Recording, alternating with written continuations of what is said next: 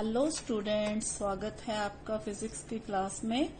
Unit number 6 ray optics and optical instruments. इसमें जो आज टॉपिक डिस्कस करेंगे बेटा वो है refraction through a prism. Refraction के बारे में हम पढ़ रहे थे, हमने लेंस के बारे में अच्छी तरह से पढ़ा। आज हम देखेंगे कि प्रिज्म में से रिफ्रैक्शन जो है वो किस तरह से होती है। तो बेटा मेरे पास ये एक प्रिज्म है, यहाँ पे ए बी सी ये एक प्रिज्म है। ये इसका हमने ये प्रिंसिपल सेक्शन जो शो किया है, इसमें हमारे पास ए बी और ए सी रिफ्रैक्टिंग सरफेसेस है प्रिज्म के। जिस तरह से बेटा मान लीजिए मेरे पास ये प्रिज्म का एक फेस है और ये प्रिज्म का दूसरा फेस है। इन दोनों को यहाँ पे इस तरह से हमने ऐसे रखा, तो ये हमारा ये वाला व्यू है, ठीक है। तो यहाँ पे बेटा जब एक रे ऑफ लाइट आएगी, यहाँ पे आके टकराएगी, मान लीजिए ये इंसिडेंट रे आ रही है पी क्यू, ठीक है। तो यहाँ पे हम क्या करेंगे, इस पॉइंट पे नॉर्मल ड्रा कर देते हैं एक, ताकि हमें पता चल जाए कि रे जो है नॉर्मल के साथ कितना एंगल बना रही है। इंसिडेंट रे नॉर्मल के साथ आई एंगल बना रही है, ठीक है। तो ये हो गया बेटा हमारे पास एंगल ऑफ इंसिडेंस। तो इस तरह से ये जैसे ही रे क्यू पे जाके टकराएगी तो आगे डेंसर मीडियम आ गया। रेयरर मीडियम से डेंसर मीडियम में जब रे जाती है तो वो क्या करती है, नॉर्मल की तरफ मुड़ जाती है। वैसे तो इसको ऐसे निकलना चाहिए था, ये देखिए, पर क्योंकि यहाँ पे क्या आ गया, डेंसर मीडियम आ गया, तो ये जो रे है ये इस तरफ मुड़ जाएगी, ठीक है। अब जैसे ये यहाँ पे पहुंचेगी ये वाली रे, मान लीजिए ये पॉइंट आ रहा है हमारे पास, ठीक है। तो अब यहाँ पे फिर हम क्या करेंगे बेटा, एक नॉर्मल ड्रा कर देंगे इस पॉइंट से। इस नॉर्मल को पीछे लेके जाएंगे। यहाँ पे मान लीजिए मेरा ये दोनों नॉर्मल है जो वो मीट कर रहे हैं एन पॉइंट पे, ठीक है। तो यहाँ पे बेटा ये रे है जो डेंसर मीडियम से रेयरर मीडियम में जाते हुए ये क्या करेगी, अब अवे फ्रॉम द नॉर्मल हो जाएगी। यानी कि इसको वैसे तो ऐसे सीधे जाना चाहिए था, पर ये क्या हो जाएगी, ऐसे मुड़ जाएगी, ठीक है। तो ये बेटा ये वाला एंगल जो 90 डिग्री ये इसके साथ नॉर्मल के साथ होता है, इसको बोलते हैं एंगल ऑफ इमर्जेंस, ये एंगल ऑफ इंसिडेंस। और ये जो अंदर वाले दो एंगल्स हैं ये एंगल ऑफ रिफ्रैक्शन है, R1 एंड R2, ठीक है। अच्छा बेटा अब हम इंसिडेंट रे और रिफ्रैक्टेड रे, जो ये इमर्जेंट रे जो बाहर आ रही है, इसको जब हम ऐसे प्रोजेक्ट कर देते हैं तो ये जो एंगल बनता है ना बेटा, इसको बोलते हैं angle of deviation. This is called angle of deviation. तो बेसिकली हमने आज करना क्या है, एक तो हमने ये एंगल ऑफ डेविएशन है जो इसका जो रिलेशन पता करेंगे एंगल ऑफ इंसिडेंस के साथ, एंगल ऑफ इमर्जेंस के साथ, और ये एंगल ऑफ प्रिज्म के साथ। This is angle of prism, ठीक है।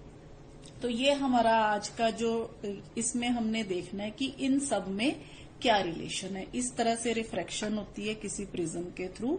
तो बेटा इस प्रिज्म में डेल्टा की वैल्यू फाइंड आउट करने के लिए हमें क्या करना पड़ेगा, मान लीजिए यहाँ पे बेटा ये मेरे पास ए क्यू एन आर, ये क्या है मेरे पास एक क्वाड्रिलेटरल है, ठीक है। तो इसमें इन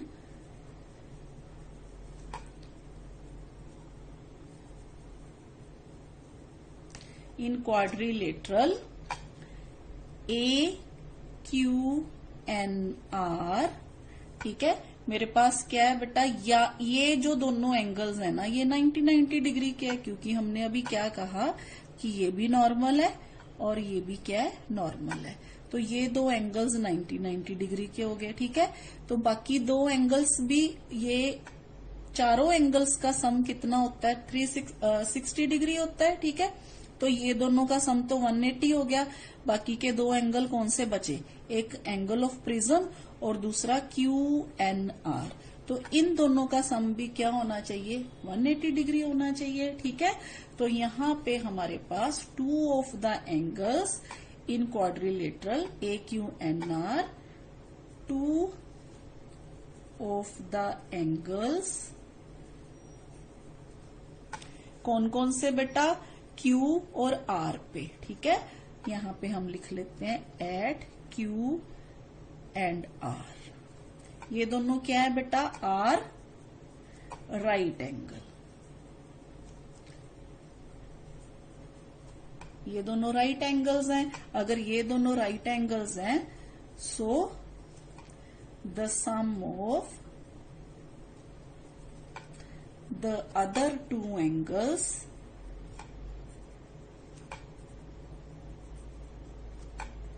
ऑफ, हमारे पास जो बाकी के दो एंगल्स है बेटा जो क्वाड्रिलेटर के, AQNR, वो क्या होने चाहिए, इज 180 डिग्री। ठीक है, तो यहां पे मेरे पास आ गया बेटा angle A plus angle QNR is equal to 180 degree. ठीक है, तो एक तो इक्वेशन ये आ गई बेटा मेरे पास।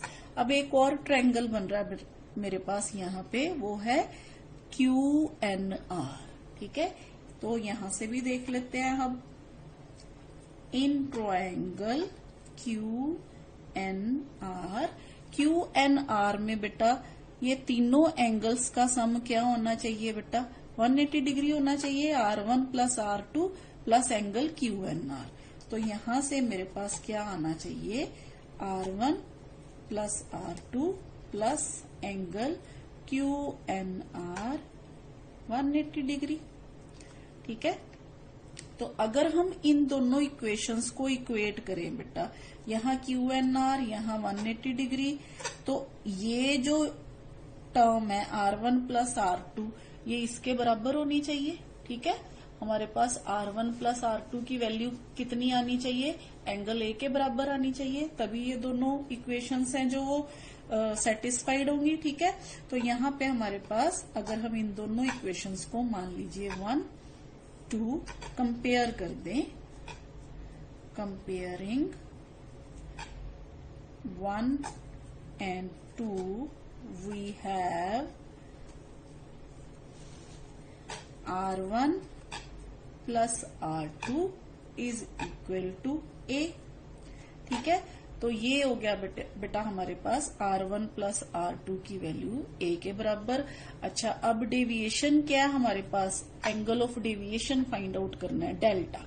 डेल्टा की वैल्यू किसके बराबर है, देखो बेटा डेल्टा, ये अगर हम एक ट्रायंगल ले लें, मान लीजिए ये मेरा ट्रायंगल है, यहाँ पे N, यहाँ पे मैं M पॉइंट ले लेती हूँ। ठीक है, तो ये एक ट्रायंगल बन रहा है ना MQR, ये ट्रायंगल MQR। इस ट्रायंगल में बेटा ये जो एंगल है ये I माइनस R1 है और ये जो एंगल है ये E माइनस R2 है। ठीक है, तो ये दोनों एंगल्स जो है इंटीरियर एंगल्स हैं और डेल्टा क्या एक्सटीरियर एंगल है। तो हमें पता है कि एक्सटीरियर एंगल जो होता है वो अपने सामने वाले दोनों एंगल्स के सम के बराबर होता है। ठीक है, तो फ्रॉम ट्रायंगल, यहां से हम लिख लेंगे फ्रॉम ट्रायंगल MQR, डेल्टा किसके बराबर आ गया, delta is equal to I minus R1 plus E minus R2। Clear है बेटा, तो यहां से हमारे पास इस इक्वेशन को हम इस तरह से भी लिख सकते हैं बेटा, I plus E minus R1 plus R2। ठीक है, तो यहां से डेल्टा की वैल्यू किसके बराबर आ गई, I plus E minus A। तो ये आ गया बेटा हमारे पास वैल्यू एंगल ऑफ डेविएशन की। अब एंगल ऑफ डेविएशन जो है बेटा ये हमें क्या बताता है कि ये जो रे है लाइट की ये दूसरी तरफ जाके कितना डेविएट कर रही है। ठीक है, देखिए अगर ये सीधी, अगर यहाँ पे प्रिज्म ना होता तो ये रे सीधी चली जाती। ठीक है, लेकिन रास्ते में प्रिज्म आ गया। प्रिज्म आने के कारण ये जो लाइट यहां से सीधी जानी चाहिए थी, ये क्या होगी, बेंड होगी अपने रास्ते से। ठीक है, अब कितनी बेंड हुई ये कौन डिसाइड करता है, ये एंगल डेल्टा डिसाइड करता है। ठीक है, इसको बोलते हैं हम एंगल ऑफ डेविएशन। ठीक है, तो बेटा ये डेल्टा की जो वैल्यू है I प्लस ई माइनस ए, ये हमें ये बताती है कि angle of deviation of a ray of light in passing through a prism not only depends upon its material but also upon the angle of incidence. ठीक है, angle of incidence पे भी डिपेंड करता है। तो इसके लिए हम क्या करते हैं, इन दोनों की वेरिएशन शो करने के लिए हम एक ग्राफ ड्रॉ करते हैं। तो बेटा मान लीजिए हम इस एक्सिस में एंगल ऑफ डेविएशन और इस एक्सिस में एंगल ऑफ इंसिडेंस लेते हैं। यहाँ पे हम आई की वैल्यू लेते हैं, यहाँ पे हम डेल्टा की वैल्यू लेते हैं। तो जब हम ग्राफ प्लॉट करते हैं बेटा तो हमारे पास ये वेरिएशन आती है, देखिए ऐसे। यहाँ पे सिर्फ एक पॉइंट ऐसा आता है जहां पे डेल्टा की वैल्यू है जो वो मिनिमम होती है। ठीक है, यहाँ पे एक ही पॉइंट ऐसा आता है, ये देखिए ये वाला, जहां पे क्या है, डेल्टा की वैल्यू जो है वो एक होती है। नहीं तो डेल्टा की वैल्यू देखिए यहाँ पे जैसे एक ये होगी। ठीक है, और corresponding to delta there are two values of i. ये देखिए एक वैल्यू ये हो जाएगी, एक वैल्यू ये हो जाएगी। इसी तरह से मान लीजिए यहाँ पे एक वैल्यू ये हो जाएगी, एक वैल्यू ये हो जाएगी। पर एक पर्टिकुलर पॉइंट आता है जहां पे सिर्फ एक ही वैल्यू रहती है। ठीक है, वो जो पर्टिकुलर पॉइंट है ना बेटा, उसको हम बोलते हैं angle of minimum deviation, delta M. अब ये एंगल ऑफ मिनिमम डेविएशन क्या है बेटा, ये है जब आई जो है इस तरह से हो जाए कि ये ई है ना जो वो, ये क्या हो जाए, एंगल ऑफ एमर्जेंट है, क्योंकि ये ई पे डिपेंड कर रहा है, आई पे डिपेंड कर रहा है। ठीक है, जैसे जैसे हम आई की वैल्यू बढ़ाते जाते हैं, नॉर्मल के साथ आई बढ़ेगा, ई भी बढ़ेगा। जैसे जैसे इसको कम करते जाएंगे ई की वैल्यू भी कम होती जाएगी। एक स्टेज ऐसी आएगी कि ये जो रे है ना, ये ऐसे पैरेलल टू द बेस हो जाएगी। उस केस में एंगल जो है डेविएशन का वो क्या हो जाएगा, बहुत कम हो जाएगा। तो वो एक ऐसा केस होगा जहां पे आई और ई दोनों क्या हो जाएंगे, बराबर हो जाएंगे। आई और ई दोनों सेम वैल्यू हो जाएगी। ठीक है, तो बेटा यहां से हम एंगल ऑफ मिनिमम डेविएशन को ऐसे डिफाइन कर सकते हैं, the minimum value of the angle of deviation when a ray of light passes through a prism is called angle of minimum deviation delta M. यानी कि डेल्टा की वो वाली वैल्यू जहां पे डेविएशन बहुत ही कम होती है और corresponding to this deviation we get only one value of i. अगर हमारे पास वन वैल्यू ऑफ आई होगी तो there is one value of e also. ठीक है, एट दैट केस आई और ई दोनों क्या हो जाएंगे बेटा, सेम हो जाएंगे। ये मैं आपको इस तरह से समझाती हूँ, देखिए जरा। जी बेटा देखिए, यहाँ पे हमने ये जो प्रिज्म है ये एट मिनिमम डेविएशन पोजीशन ली है। होता क्या है बेटा, मान लीजिए ये रे इंसिडेंट हुई इस फेस पे। ठीक है, यहां से ये इधर गई और यहां से बाहर चली गई। ये रिफ्रैक्टेड रे है, ये इमर्जेंट रे है। अब हम क्या करते हैं, यहाँ इमर्जेंट रे के पास 90 डिग्री पे एक मिरर जो है वो यहाँ रख देते हैं। तो होगा क्या, जो ये रे है वो सेम वही वाला पाथ ट्रेस करेगी और बैक आ जाएगी इस तरह से। पहले इस तरह से गई थी यहां से, अब यहां से ऐसे जाके ऐसे यहां से सेम पाथ ट्रेस करते हुए क्या आ जाएगी, बैक आ जाएगी। ठीक है, तो यहाँ पे ये हमारा नॉर्मल था।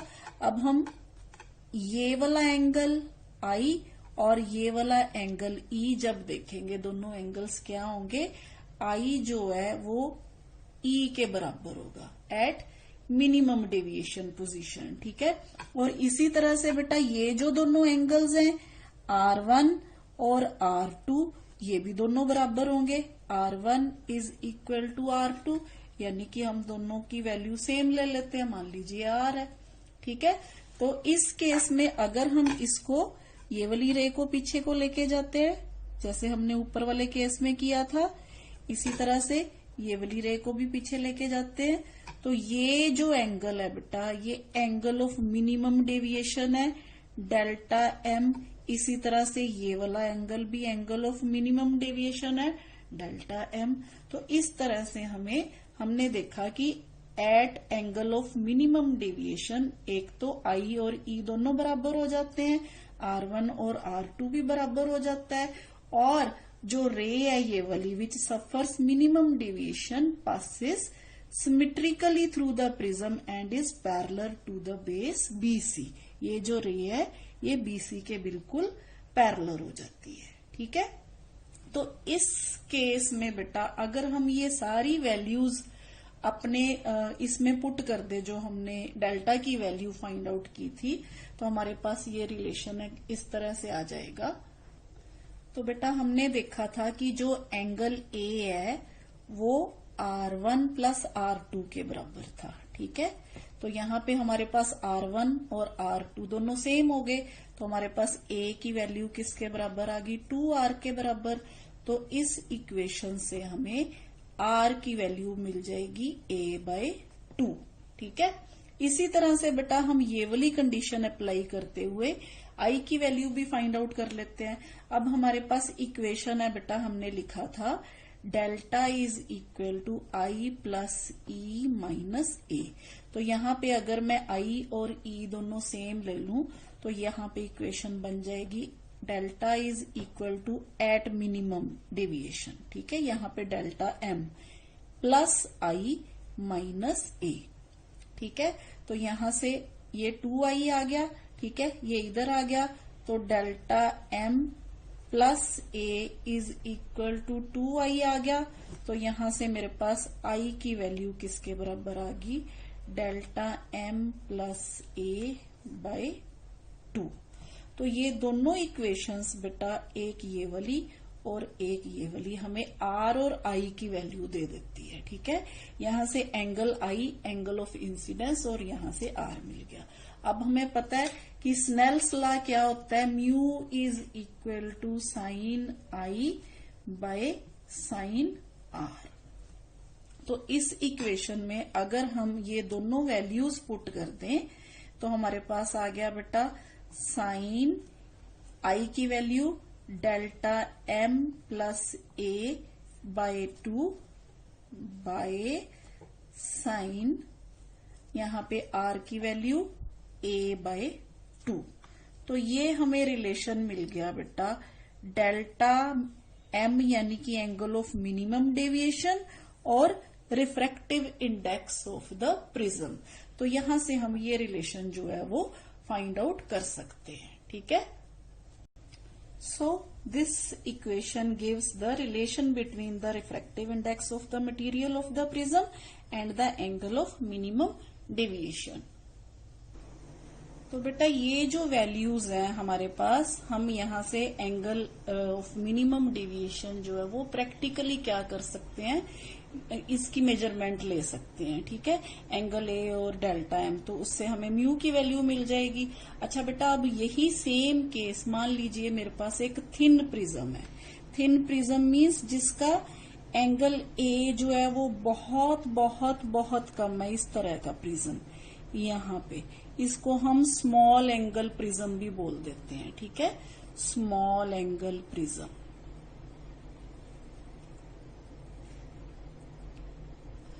जी बेटा, इस केस में हमारे पास जब एंगल्स स्मॉल आ जाते हैं तो यही वाली जो सेम इक्वेशन है वो हम कैसे अप्लाई करेंगे यहाँ पे, व्हेन एंगल्स आर स्मॉल। यहाँ पे mu is equal to sine delta M by A/2, sine A/2। तो यहाँ से अगर हम जब एंगल्स स्मॉल होते हैं तो हम इसको ऐसे भी लिख सकते हैं, mu is equal to only, हम साइन ना लेके ओनली हम इसकी साइन थीटा की जगह पे जैसे हम सिर्फ थीटा ले लेते हैं, तो यहाँ पे हमने ये वैल्यू ले ली, हमारे पास delta M by A by 2 by A by 2। ठीक है, यहां से हमारे पास इक्वेशन जो है वो डेल्टा की वैल्यू, ये 2 और 2 कट हो गए बेटा, यहां से 2 और 2 कट हो गए, तो म्यू जो है हमारे पास आ गया डेल्टा एम बाय ए प्लस ए बाय ए। ठीक है, तो इस इक्वेशन से अगर हम डेल्टा एम की वैल्यू निकालें तो हमारे पास डेल्टा एम है जो वो आ जाएगा म्यू -1 इंटू ए। तो ये वैल्यू जो है डेल्टा एम की एंगल ऑफ मिनिमम डेविएशन की हमें ये बताती है कि जो थिन प्रिज्म्स होते हैं they do not deviate the light much, मतलब वो लाइट को ज्यादा डेविएट नहीं कर सकते। जैसे आप यहां से देखिए, अगर एंगल स्मॉल होगा, ये एंगल होगा, ये होगा, तो यहां से जो डेविएशन है वो बिल्कुल नाम मात्र होगी। ठीक है, तो ये तो था केस बेटा angle of prism, refraction through a prism, angle of minimum deviation के बारे में। जी बेटा, अब एक और टर्म आती है जिसको हम बोलते हैं डिस्पर्शन। डिस्पर्शन, ये जो हमने किया ये है डेविएशन और ये है बेटा डिस्पर्शन। अब डेविएशन और डिस्पर्शन है जो दो अलग अलग टर्म्स हैं। डिस्पर्शन में क्या होता है बेटा, बीम ऑफ लाइट, जैसे मान लीजिए सनलाइट है, ये प्रिज्म पे आके पड़ती है, व्हाइट लाइट जो होती है, व्हाइट लाइट जो होती है यहाँ पे वो क्या करती है, प्रिज्म में से निकलने के बाद वो 7 रंगों में क्या हो जाती है, डिस्पर्स हो जाती है, बट जाती है। ठीक है, तो हर एक कलर का जो डेविएशन होती है ना वो अलग अलग होती है। ये डेविएशन है हमारे पास यहाँ पे रेड के लिए अलग होगी, अगर हम ऑरेंज के लिए जाएंगे तो ऑरेंज के लिए ये हो जाएगी, इसी तरह येलो के लिए और ज्यादा। तो यहाँ से डेविएशन क्या होती जाएगी, बढ़ती जाएगी। ठीक है, तो डिस्पर्शन में क्या होती है, व्हाइट लाइट लेते हैं हम, और डेविएशन में क्या होता है, मोनोक्रोमेटिक लाइट, यानी कि हैविंग सिंगल वेवलेंथ, जैसे रे ऑफ लाइट लेते हैं हम। ठीक है, ये दोनों में फर्क है डिस्पर्शन और डेविएशन में। ठीक है, तो डेविएशन जो है वो ray of monochromatic light and dispersion जो है वो बीम ऑफ लाइट या सनलाइट। ठीक है, तो बेटा डिस्पर्शन क्या हुआ, फिर हमारे पास splitting of white light into its component colours on passing through a refractive medium और प्रिज्म, हम इसको कह सकते हैं। बेटा डिस्पर्शन का कारण क्या होता है, डिस्पर्शन का जो कारण होता है बेटा वो ये होता है कि जो डिफरेंट कलर्स होते हैं ना वो travel with different speeds in media. ठीक है, तो जैसे ये रिफ्रैक्टिव मीडिया हमारे पास, मान लीजिए यहाँ पे ग्लास है, क्वार्ट्स है, जैसे इस केस में मेरे पास प्रिज्म है, तो यहाँ से जब व्हाइट लाइट जाएगी तो आपको पता है कि व्हाइट लाइट जो है वो 7 कलर्स का मिक्सचर होता है। ठीक है, तो हर एक कलर की जो स्पीड होती है, हर एक कलर की वेवलेंथ अलग होती है, तो इसी कारण से वो जब यहाँ से जाते हैं तो उनके लिए रिफ्रैक्टिव इंडेक्स भी है जो वो उनकी वेरिएशन होनी शुरू होती है। ठीक है, the variation of refractive index with wavelength, ये सब कुछ होने के कारण जो कलर्स हैं वो डिफरेंट क्या होते हैं, बेंड हो जाते हैं, डिफरेंट एंगल ऑफ डेविएशन पे बेंड होते हैं। जैसे इस केस में आप देखो जो रेड कलर है वो लीस्ट बेंड हो रहा है और जो वॉयलेट कलर है वो क्या है, मोस्ट बेंड हो रहा है। सबसे ज्यादा एंगल ऑफ डेविएशन यहाँ पे वॉयलेट कलर के लिए है और सबसे कम एंगल ऑफ डेविएशन है यहाँ पे रेड कलर के लिए। ठीक है, इसी तरह से जो मीडियम है जिसमें ये लाइट डिस्पर्स हो रही है, जिसमें से लाइट डिस्पर्शन हो रही है जिसकी, तो इस मीडियम को हम क्या कहते हैं बेटा, डिस्पर्सिव मीडियम बोलते हैं। जैसे ये हमारे पास डिस्पर्सिव मीडियम है क्योंकि इसमें से जब व्हाइट लाइट जा रही है तो वो उसकी डिस्पर्शन हो गई है। ठीक है, इसी तरह से जो वैक्यूम है वो नॉन डिस्पर्सिव मटेरियल है।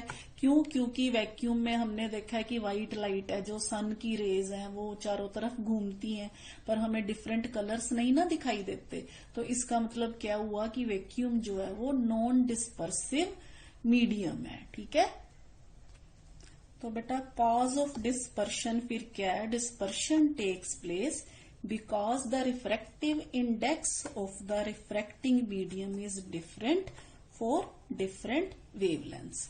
अब मान लीजिए कोई वेवलेंथ लैम्डा है किसी कलर की, तो उसके लिए हम कॉशीज रिलेशन बताते हैं, उसका रिफ्रैक्टिव इंडेक्स और वेवलेंथ का क्या रिलेशन होता है. Mu is equal to A plus B by lambda 2 plus C by lambda raise to power 4. यहाँ पे बेटा जो ए बी और सी है ये क्या है हमारे पास कांस्टेंट है, जिनकी वैल्यू जो होती है वो नेचर ऑफ द मटेरियल पे डिपेंड करती है. ठीक है. और ये भी हमें पता है कि फॉर स्मॉल एंगल प्रिज्म अभी हमने रिलेशन डिराइव किया कि डेल्टा जो होता है वो इसके बराबर होता है ए इंटू म्यू माइनस 1. अभी हमने ये रिलेशन जो है फॉर स्मॉल एंगल प्रिज्म के लिए फाइंड आउट किया. अब हमें पता है बेटा कि जो लैम्डा है रेड कलर की, यानी कि वेवलेंथ है जो रेड कलर की, वो बहुत ज्यादा होती है वेवलेंथ ऑफ वायलेट कलर. ठीक है. तो अकॉर्डिंग टू दिस रिलेशन हमारे पास जो म्यू होगा रेड कलर के लिए वो लेस होगा म्यू फॉर वायलेट कलर. ठीक है. क्योंकि ये रेसिप्रोकल है, एक दूसरे के उलट है. ठीक है. तो इसका मतलब क्या हुआ कि डेल्टा जो है यानी कि डेल्टा रेड के लिए क्या होगा, फिर it implies angle of deviation red के लिए कम होगा वायलेट के लिए. यही हमने अभी देखा भी यहां से. ये देखिए रेड कलर है जो वो सबसे कम डेविएट हो रहा है और वायलेट कलर है वो सबसे ज्यादा डेविएट हो रहा है. तो यही कारण है बेटा डिस्पर्शन का. ठीक है. इसी वजह से जो कलर्स होते हैं वो रिफ्रैक्शन के बाद क्या हो जाते हैं, अलग अलग हो जाते हैं, अलग अलग एंगल पे बेंड हो जाते हैं. तो यहां से बेटा हमारे पास एक और टर्म आती है जिसको हम बोलते हैं एंगुलर डिस्पर्शन. अब एंगुलर डिस्पर्शन क्या है, ये देखिए delta for violet colour is more than delta for red colour. तो यहां से इन दोनों के बीच में जो डिफरेंस होगा ना बेटा उसको हम क्या कहते हैं, एंगुलर डिस्पर्शन. यानी कि delta V minus delta R, V for violet and R for red. ये किसके बराबर होगा बेटा, यहाँ पे हमारे पास यही वाली इक्वेशन हम दोबारा लगा देते हैं. Mu v minus 1 into a minus mu r minus 1 into a. तो यहां से हमारे पास ये वैल्यू आ गई mu v minus mu r into a. तो इसको हम क्या कहते हैं बेटा, एंगुलर डिस्पर्शन कहते हैं. ठीक है. ये क्या है, angular separation between two extreme colours. ठीक है. एंगुलर सेपरेशन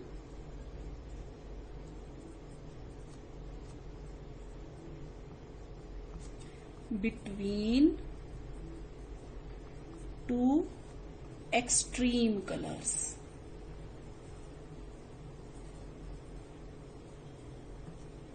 ठीक है. यस. यहां से ये डेल्टा आर, ये डेल्टा वी, इन दोनों के बीच में जो डिफरेंस है बेटा this is called angular dispersion. ठीक है. तो यहां से बेटा एक और टर्म निकलती है जिसको हम बोलते हैं dispersive power.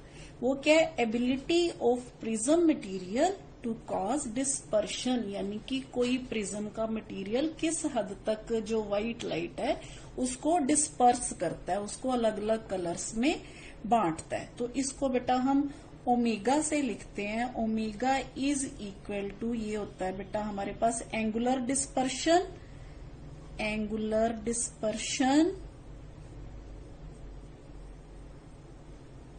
Divided by mean deviation.